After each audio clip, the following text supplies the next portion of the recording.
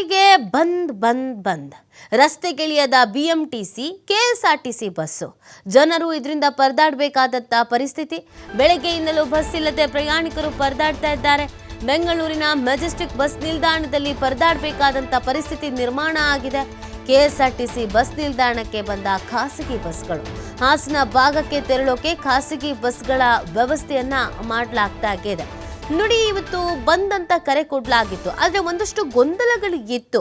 ಅಂದರೆ ಇಲ್ಲಿ ಬಂದ್ ನಡೆಯುತ್ತಾ ಅಥವಾ ಬಂದ್ ನಡೆಯಲ್ವಾ, ಸಂಜೆವರೆಗೂ ಸಿಎಂ ಜೊತೆಗೆ ಸಭೆ ಅಂತ ಹೇಳ್ತಾ ಇದ್ರು. ಸೊ ಹಾಗಾಗಿ ಸಿಎಂ ಜೊತೆಗೆ ಸಭೆ ಆದಮೇಲೆ ಅದು ಸಫಲ ಆಗುತ್ತೆ ಅಂತ ಕಾಣಿಸುತ್ತೆ. ಹಾಗಾಗಿ ಈ ಬಂದನ್ನು ಕೈ ಬಿಡಬಹುದೇನು ಅಂತ ಭಾವಿಸಲಾಗಿತ್ತು. ಮತ್ತು ಕೋರ್ಟು ಕೂಡ ಯಾವುದೇ ಕಾರಣಕ್ಕೂ ಇವತ್ತು ಬಂದ್ ಮಾಡಬೇಡಿ, ಒಂದಿನ ಅವಕಾಶ ಕೊಡಿ ಅನ್ನೋದನ್ನು ಕೂಡ ಹೇಳಲಾಗಿತ್ತು. ಆದ್ರೂ ಬಂದ್ ಮಾಡ್ತಿರುವಂಥ ಹಿನ್ನೆಲೆಯಲ್ಲಿ ಜನರಿಗೆ ಒಂದಷ್ಟು ಕನ್ಫ್ಯೂಷನ್ಸ್ ಆಗಿದೆ.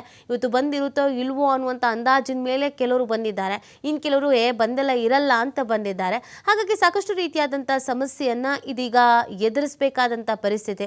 ನೀವು ದೃಶ್ಯದಲ್ಲಿ ಗಮನಿಸ್ತಾ ಇದ್ದೀರಾ, ಖಾಸಗಿ ಬಸ್ಗಳ ವ್ಯವಸ್ಥೆಯನ್ನು ಮಾಡಿದ್ದಾರೆ. ಸರ್ಕಾರದವ್ರು ನೆನ್ನೆನೇ ರೆಡಿ ಆಗಿಬಿಟ್ಟಿದ್ರು, ಪ್ಲಾನ್ ಬಿ ನಾವು ರೆಡಿ ಇಟ್ಕೊಳ್ಳೋಣ ಅಂತಾನೆ ಹೇಳ್ತಾ ಇದ್ರು. ಜನರಿಗೆ ಯಾವುದೇ ರೀತಿಯಾದಂಥ ಸಮಸ್ಯೆ ಆಗಬಾರ್ದು ಅನ್ನೋದು ಸರ್ಕಾರ ಇಲ್ಲಿ ಹೇಳ್ತಾ ಇರೋದು. ಹೌದು, ಇದಕ್ಕಿದ್ದ ಹಾಗೆಯೇ ಎಲ್ಲ ಬಸ್ಗಳ ಸಂಚಾರವು ಸ್ಟಾಪ್ ಆಗಿಬಿಡ್ತು ಅಂತಂದರೆ ಜನರಿಗೆ ಇದರಿಂದ ತೀವ್ರ ರೀತಿಯಲ್ಲಿ ಸಮಸ್ಯೆ ಆಗತ್ತೆ. ಆ ಕಾರಣಕ್ಕಾಗಿ ಜನರಿಗೆ ಸಮಸ್ಯೆ ಆಗಬಾರ್ದು, ಜನರು ಹಿಡಿಶಾಪ ಹಾಕಬಾರ್ದು ಅಂತ ಕೆಲವು ಬಸ್ ನಿಲ್ದಾಣಗಳಲ್ಲಿ ಇದೀಗ ಖಾಸಗಿ ಬಸ್ಗಳ ವ್ಯವಸ್ಥೆಯನ್ನು ಮಾಡಲಾಗಿದೆ. ಖಾಸಗಿ ಬಸ್ಸನ್ನು ಬಳಕೆ ಮಾಡಿಕೊಂಡು ಅವ್ರು ಎಲ್ಲಿಗೆ ಹೋಗಬೇಕು ಅಂತ ಅಂದ್ಕೊಂಡಿದ್ದಾರೆ ಅಲ್ಲಿಗೆ ಹೋಗ್ಬೋದು. ಬಟ್ ಅದರಲ್ಲೂ ಏನಾದರೂ ಪ್ಲ್ಯಾನ್ ಇದೆಯಾ? ಕೇವಲ ಅಕ್ಕಪಕ್ಕದ ಜಿಲ್ಲೆಗಳಿಗೆ ಮಾತ್ರ, ಹಾಸನದವರೆಗೂ ಅಥವಾ ನೆಲಮಂಗಲದವರೆಗೂ, ಮಂಡ್ಯದವರೆಗೂ, ಮೈಸೂರುವರೆಗೂ ಇಷ್ಟು ಮಾತ್ರ ಅಂತ ಏನಾದ್ರು ಮಾಡ್ಕೊಂಡಿದ್ದಾರೋ, ಅಥವಾ ರಾಜ್ಯದಾದ್ಯಂತ ಖಾಸಗಿ ಬಸ್ಗಳನ್ನು ಇಳಿಸ್ಬೇಕು ಅನ್ನೋದೊಂದು ಪ್ಲ್ಯಾನ್ ಇತ್ತು. ಯಾಕಂದರೆ ಬೇರೆ ಬೇರೆ ಜಿಲ್ಲೆಗಳದ್ದು ನಾವು ಪರಿಸ್ಥಿತಿ ನೋಡ್ತಾ ಇದ್ವಿ. ಕೆಲವು ಜಿಲ್ಲೆಗಳಲ್ಲಿ ಜನರಿಗೆ ಗೊತ್ತೇ ಇಲ್ಲ, ಅವ್ರು ಅದನ್ನೇ ಹೇಳ್ತಾ ಇದ್ರು, ನಮಗೇನು ವ್ಯವಸ್ಥೆನೂ ಮಾಡಿಲ್ಲ, ನಮಗೇನು ವಿಷಯನೂ ಗೊತ್ತಿಲ್ಲ ಅಂತ. ಹಾಗಾಗಿ ರಾಜ್ಯದ ಬೇರೆ ಬೇರೆ ಜಿಲ್ಲೆಗಳಲ್ಲೂ ಕೂಡ ಇದರ ವ್ಯವಸ್ಥೆಯನ್ನು ಮಾಡಿದ್ದಾರೋ ಅಥವಾ ರಾಜಧಾನಿಗೆ ಮಾತ್ರ ಸೀಮಿತವಾಗಿ ಪ್ಲ್ಯಾನ್ ಬಿ ರೆಡಿ ಮಾಡ್ಕೊಂಡಿದ್ದಾರೋ ಅನ್ನೋದೊಂದು ಪ್ರಶ್ನೆ ಇದೆ.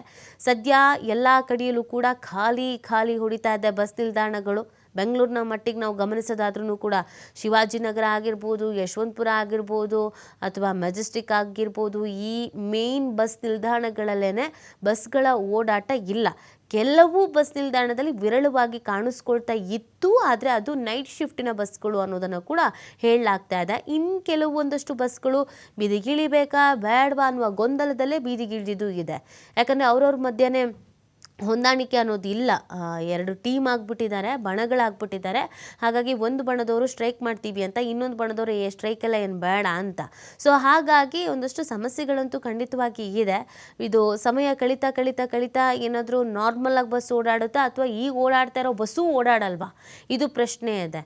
ಪ್ರತಿಭಟನೆ ಅಂತ ಹೇಳಿದರು, ಮುಷ್ಕರ ಅಂತ ಹೇಳಿದರು, ಬಟ್ ಬೇರೆ ಏನಾದರೂ ಪ್ಲ್ಯಾನ್ ಮಾಡ್ಕೊಂಡಿದ್ದೀರಾ? ಅಂದರೆ ಎಲ್ಲೆಲ್ಲರೂ ಬಸ್ಗಳು ಓಡಾಡ್ತಾ ಇದ್ರೆ ಅಲ್ಲಿಗೆ ಹೋಗೋದು, ಅದನ್ನು ತಡೆಯುವಂಥದ್ದು, ಬಸ್ ಸ್ಟ್ಯಾಂಡಿಗೆ ಹೋಗೋದು, ಅಲ್ಲಿ ತಡೆಯುವಂಥದ್ದು, ಆ ಥರದ್ದು ಏನಾದ್ರು ಕೆಲಸಗಳನ್ನು ಮಾಡ್ತಾರಾ ನೌಕರರು, ಹೋರಾಟ ಮಾಡ್ತಾ ಇರೋರು ಅನ್ನೋದು ಕೂಡ ಪ್ರಶ್ನೆ ಇದೆ. ಸದ್ಯಕ್ಕೆ ನಾವು ಗಮನಿಸೋದಾದರೆ ಜನರಿಗೆ ಸಮಸ್ಯೆ ಆಗ್ತಾ ಇದೆ. ಈ ಬಗ್ಗೆ ಮತ್ತಷ್ಟು ಮಾಹಿತಿಯನ್ನು ನೀಡ್ತಾರೆ ನಮ್ಮ ಪ್ರತಿನಿಧಿ ಗಣೇಶ್, ಮೆಜೆಸ್ಟಿಕ್ನಿಂದ ಲೈವ್ನಲ್ಲಿ ಜಾಯ್ನ್ ಆಗ್ತಾ ಇದ್ದಾರೆ. ಗಣೇಶ್, ಆಗಲೇ ನೀವು ಡೀಟೇಲ್ಸನ್ನು ನೀಡ್ತಾ ಇದ್ರಿ ಸದ್ಯದ ಪರಿಸ್ಥಿತಿ ಏನಿದೆ ಅಂತ.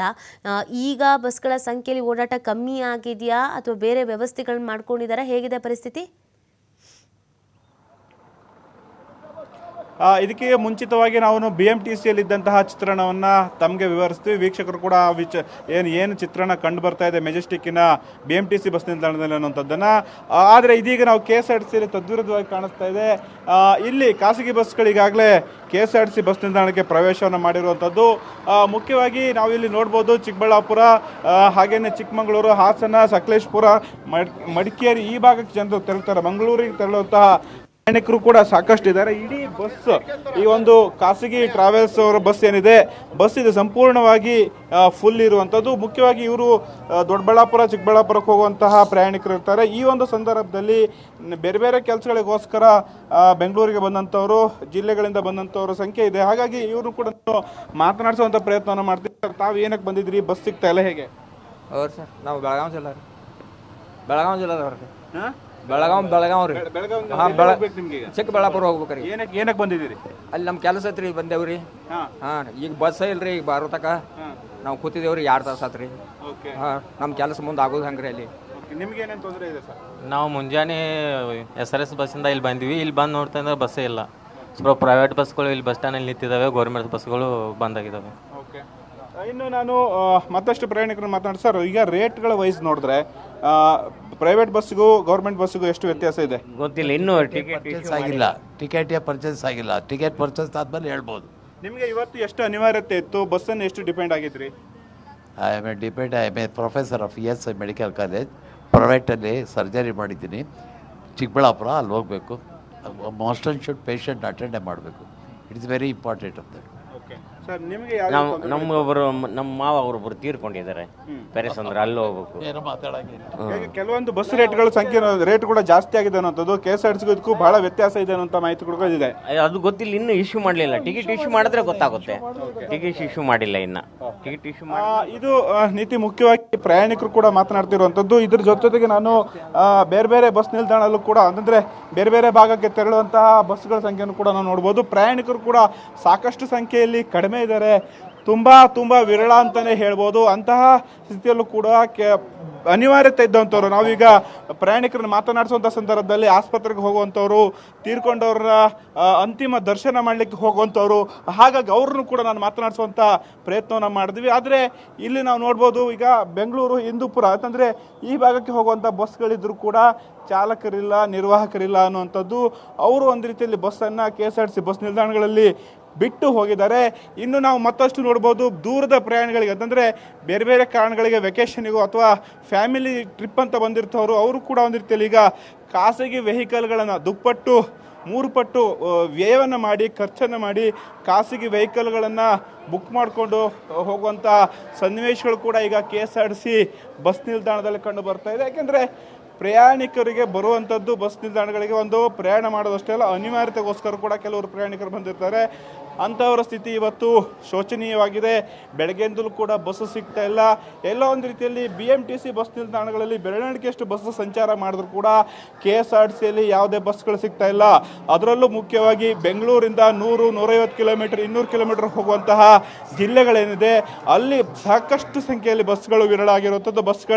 KSRTC ಬಸ್ಗಳ ಮೂಮೆಂಟೇ ಇಲ್ಲ. ಸಹಜವಾಗಿ ಈಗ ಖಾಸಗಿ ಬಸ್ಗಳ ಮೊರೆ ಹೋಗುವಂತಹ ಅನಿವಾರ್ಯತೆ ಪ್ರಯಾಣಿಕರದ್ದು ಕೂಡ ಇದೆ. ಇಲ್ಲೂ ನೋಡ್ಬೋದು, ಗಂಟೆಗಟ್ಟಲಿಂದನೇ ಪ್ರಯಾಣಿಕರು ಕಾಯ್ತಾ ಇದ್ದಾರೆ. ಇವರು ಯಾವ ಜಿಲ್ಲೆ ಹೋಗ್ತಿದ್ರಿ? ನೀವು ಎಷ್ಟೊತ್ತಿಂದ ಕಾಯ್ತಿದ್ದೀರಿ? ಹಾಸನ ಹೋಗ್ಬೇಕು ಸರ್. ಹಾಸನ ಹೋಗ್ಬೇಕು.